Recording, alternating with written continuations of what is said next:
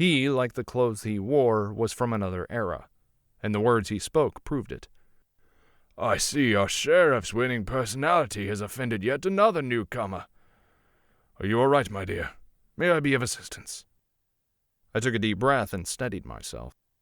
I'm sorry, I wasn't looking where I was going. Thank you for the offer, but according to the lady at the restaurant, all I need to do is drive up this hill and I'll find the mortuary somewhere along the street.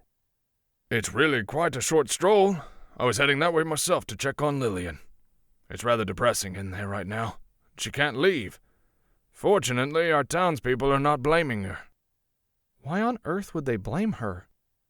The burial day has put everyone on edge.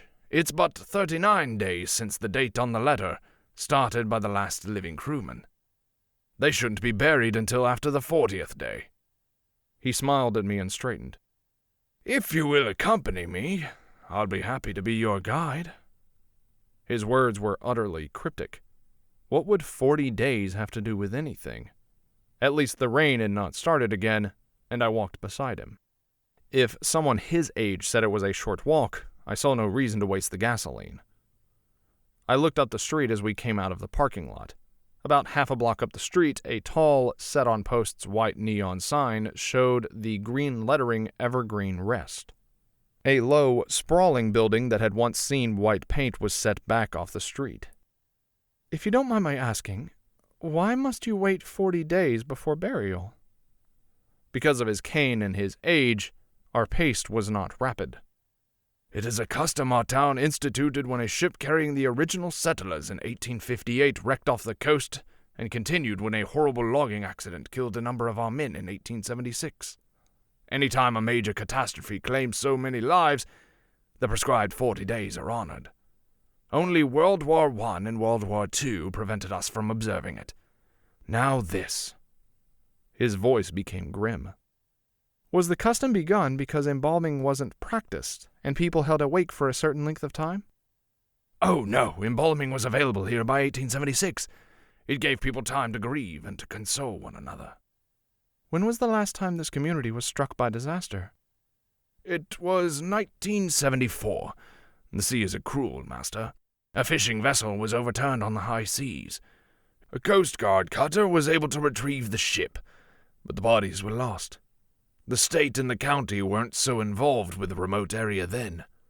Ah, here we are. Allow me. He stepped forward and pulled open the dark, heavy door. The stench hit my nostrils as we stepped into the front room.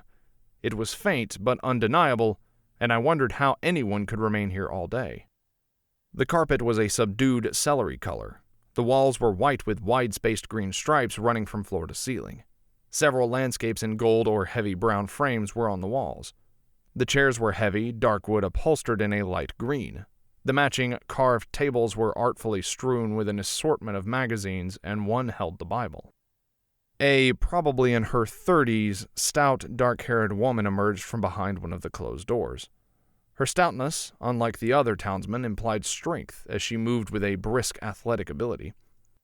"Welcome. Is there any way I can assist you?" "Oh, Mr. Henry, how thoughtful of you to stop by." She looked like she was about to curtsy, but aborted the attempt. "Is there anything you need?" Mr. Henry removed his hat. "No, my dear, but this lovely stranger was looking for the mortuary, and it was my pleasure to assist her." "I'm Rose Devon, sister to Darren Devon. He is among those who are to be buried today. I would like to see him. I need to know." My throat constricted and I stopped talking before my voice broke. This is not the time for tears, I thought, but the desire to see him had grown stronger with each step I'd taken towards this place. "I'm Lillian Rawlings." She put out her hand and shook mine. "Are you sure? The smell is even worse back there. We'll need to put on masks and gloves. By the time they were brought here, they were beyond embalming. All I could do was put them in the bags they were enclosed in into the caskets and lower the lids." My chin jutted forward as I replied, "Where is the mask?" "We'll need to go in together. I have the list in my office saying who is in each casket and which order they are to be buried. This way, please." She turned and motioned me to follow her.